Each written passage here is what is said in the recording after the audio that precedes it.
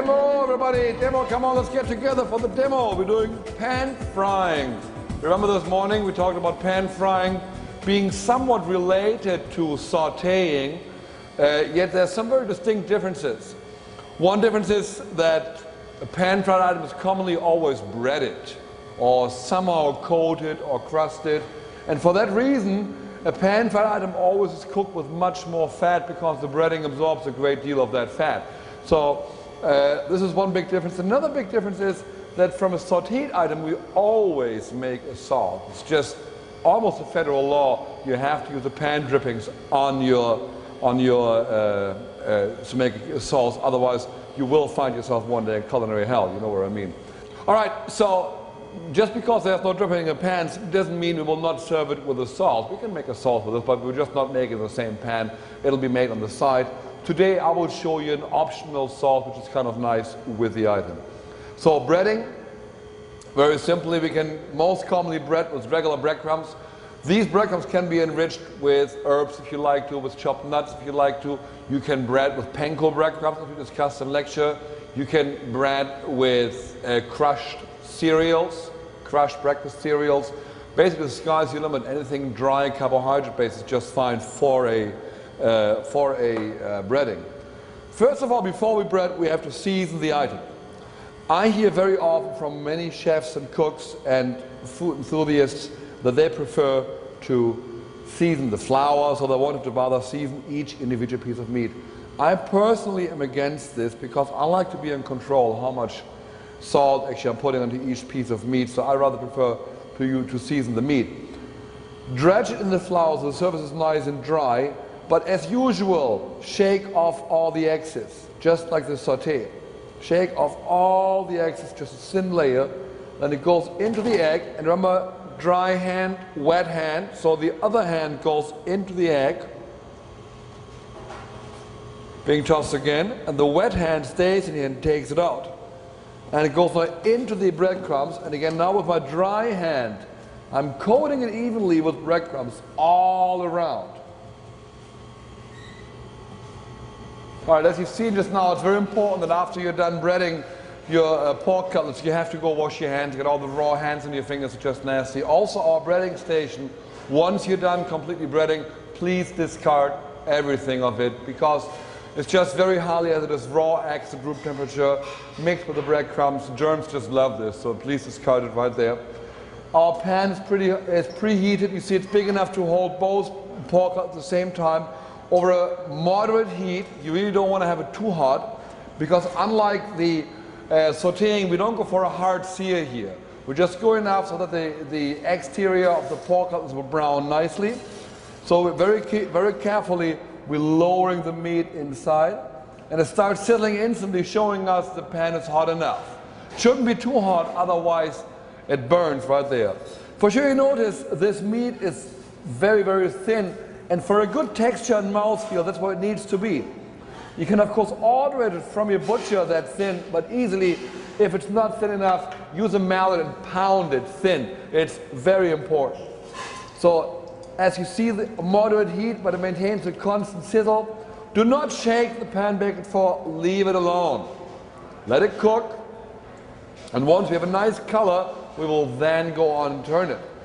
We kind of know that there's a nice color when you see these loose particles of the breadcrumbs in the fat. They kind of reflect the color, how it looks underneath the meat.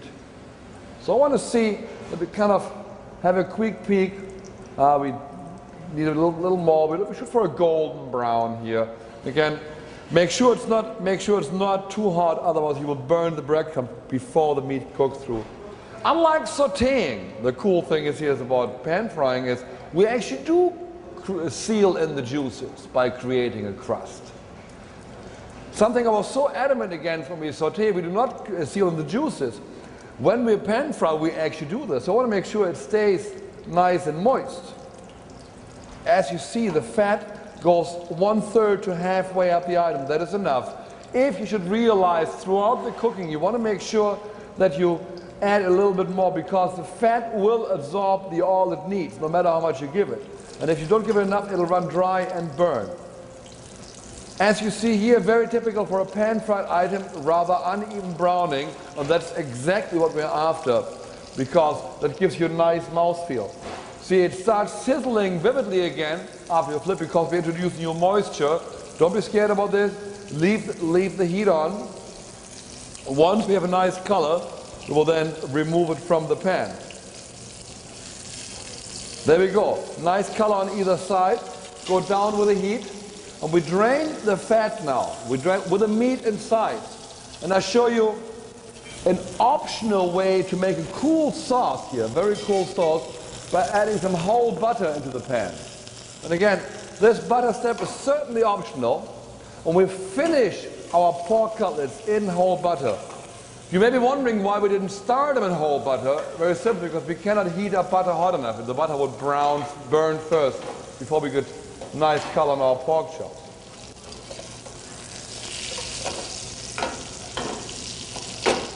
So make sure that you cook out all the water from the butter, otherwise the pork cutlets will get very, very soggy.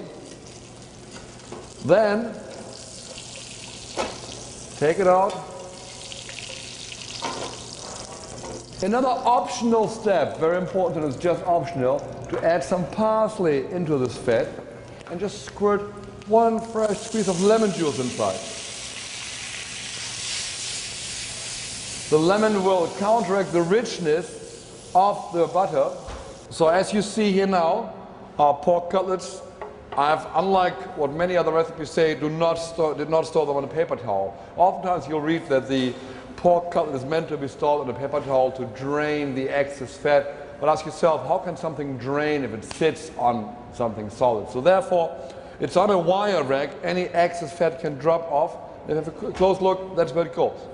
Right in here, we'll just get unnecessarily soggy on a paper towel. So, under normal circumstances, I would never cut a pork cutlet, a breaded pork cutlet. But for all of you, you all want to taste it. So therefore, what I'm doing now, I'll actually cut it in small pieces so you all can taste a little bit, along with the sauce we made there. So, if you do this, just cut it. 1, 2, 3, 4, 5, 6. That should be enough for all of us, right? So go under here.